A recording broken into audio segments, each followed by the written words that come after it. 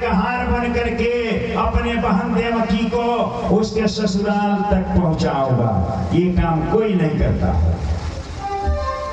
कहार बन करके और जब लेकर चला, आकाशवाणी हुई, ऐ राजा कंस, जिस बहन को इतना प्रेम से लेकर जा रहे हो, ठीक इसी बहन के 8वां गर्भ तुम्हारा काल होगा और तुझे मार डालेगा। अनसुना कर दिया। ऐसा जब तीसरा बार हुआ, आए राजा कंस, जिस बहन को कंधे पर बैठाकर कहार बनकर लेकर ससुराल पहुंचाने जा रहे हो, ठीक इसकी 8वां गर्भ तुम्हारा काल होगा और तुम्हें मार डालेगा। जब तीसरा बार सुना, पालकी को नीचे गिरा दिया और देवकी का केस पकड़ लिया और पृथ्वी पर लुटा दिया और कहा कि न रहेगी बांस न बनेगी बांसुरी। देवकी रोने लगी, आश्चर्य में पड़ गई।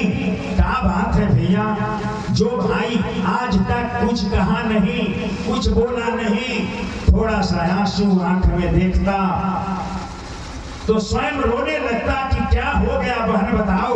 आज वही भाई केस पकड़कर पालकी से गिरा दिया और खड़े लेकर के निकला है कि तुझे जीवित नहीं छोड़ूंगा। हाथ जोड़कर देवकी कह रही है, भैया हमारा अपराध क्या है, क्या गलती हुई है, मारेंगे हमको, अभी हमारा कंकन नहीं खुला है हाथ का, अरे ग्रंथि बंधन जो हुआ है ये भी नहीं खुला है भैया, आखिर बात क्या है हमें बताइए। कंस कहा, कोई बात नहीं, तुझको मारना है।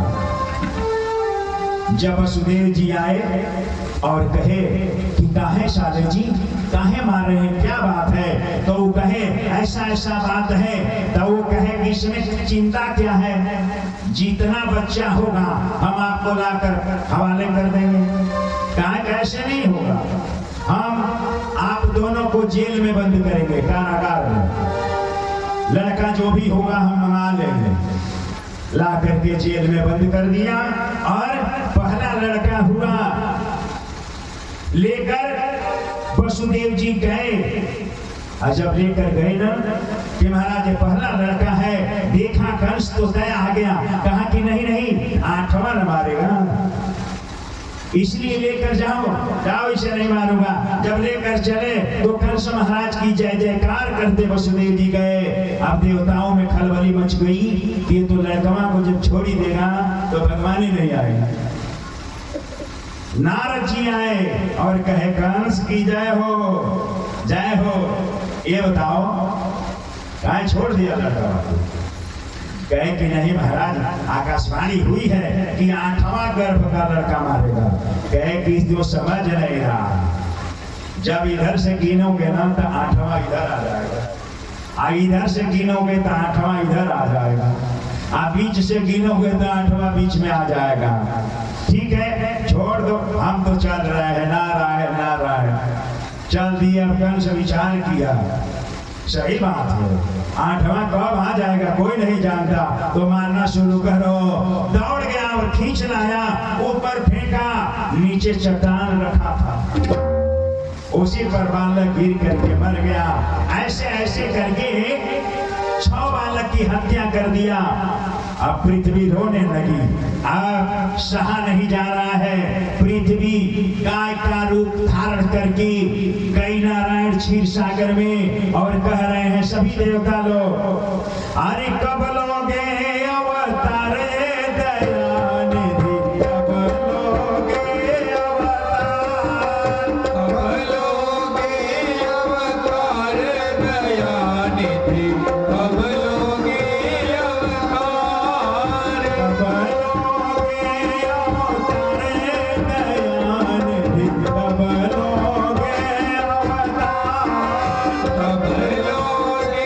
अवतार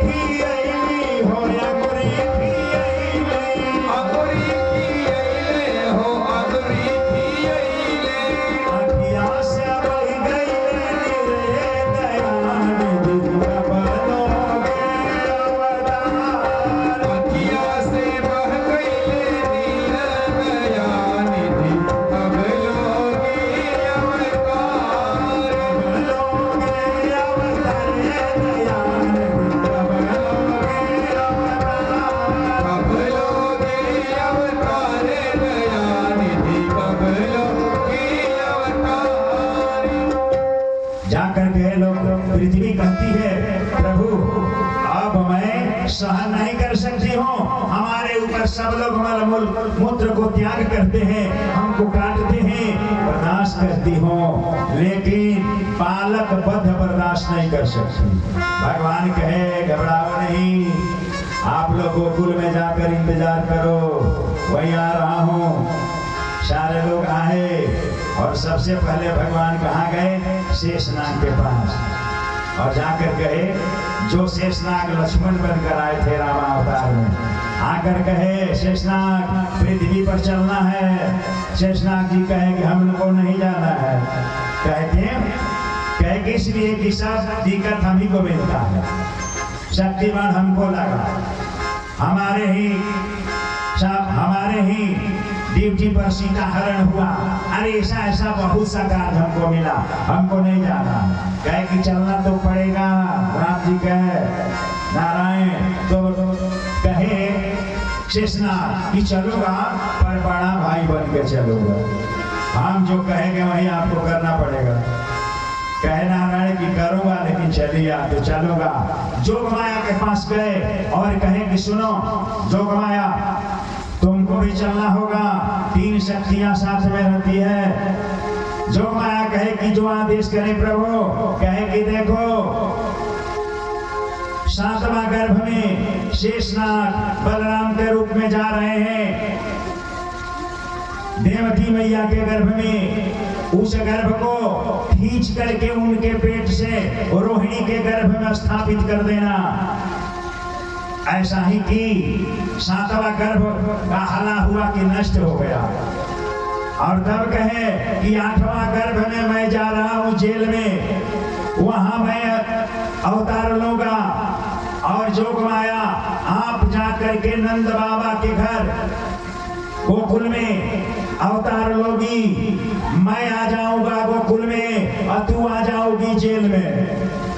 कही ठीक है प्रभु तैयार हो। ऐसा ही हुआ।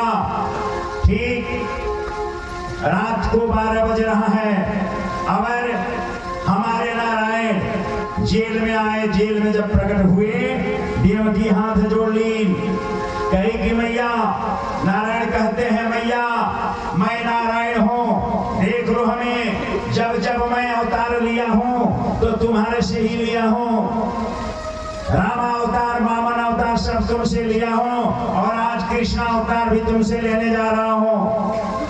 कहे कि हाँ प्रभु, पर इस तरह का ये अस्त्र शास्त्र, तो लाला कहे कि अस्त्र शास्त्र इसलिए लेकर आया हूँ कि कंस मामा से थोड़ा लड़ना भी होगा तो ठीक है। देवकी मैया कहे कि नहीं नहीं बालक अस्त्र शस्त्र लेकर नहीं न जन्म लेता है, हटा दीजिए, हटा दिए, कपड़ा भी खोल दीजिए, छोटा भी हो जाइए, छोटा भी हो गए। कहे कि और कुछ मैया? कहे कि नहीं। तो भगवान कहे रामावतार में आप कही थी कि रोना है, बालक रोता है, अभी तो बालक हूँ, रोने के लिए कह नहीं कह रही हो?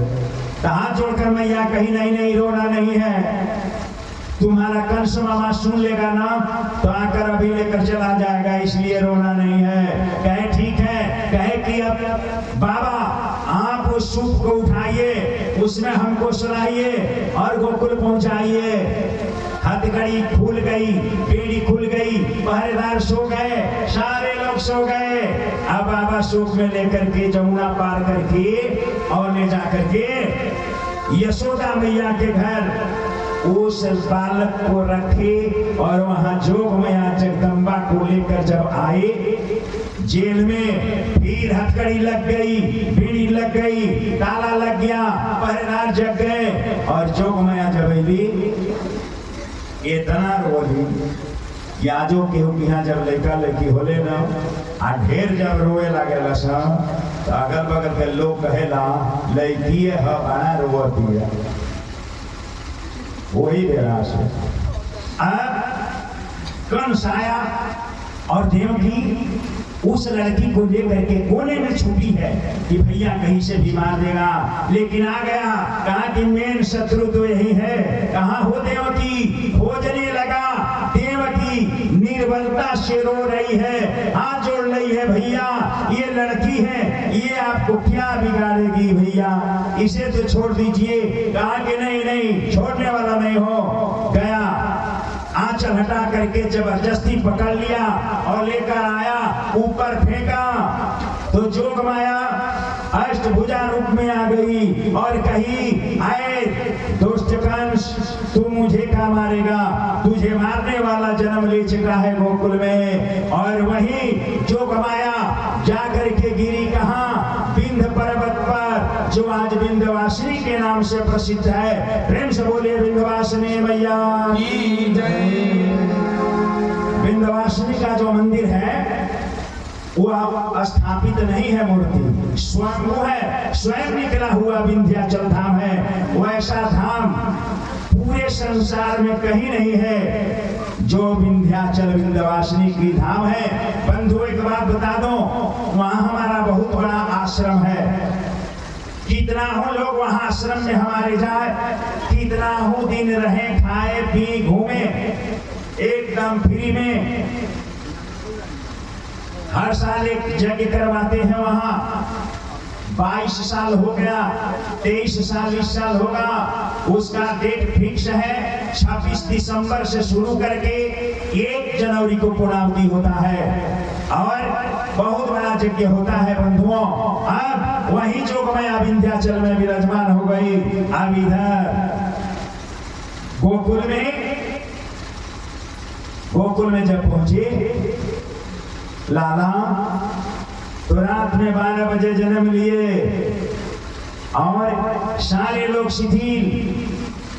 चंदा देखने लगा तो सूरज कहा, अरे हटो हम भी देखें। तो चंद्रमा कहे कि रामावतार में तो 1.25 महीना का दिन बना दिया, हट ही नहीं रहा था, तो अब मैं 1.25 वर्ष का दिन रात बनाऊंगा।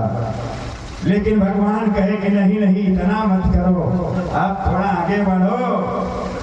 अब आकर के नंद बाबा की बहन कही, अरे बधाई हो भैया नंद बाबा, बधाई हो, आपके घर में लाला भयो है।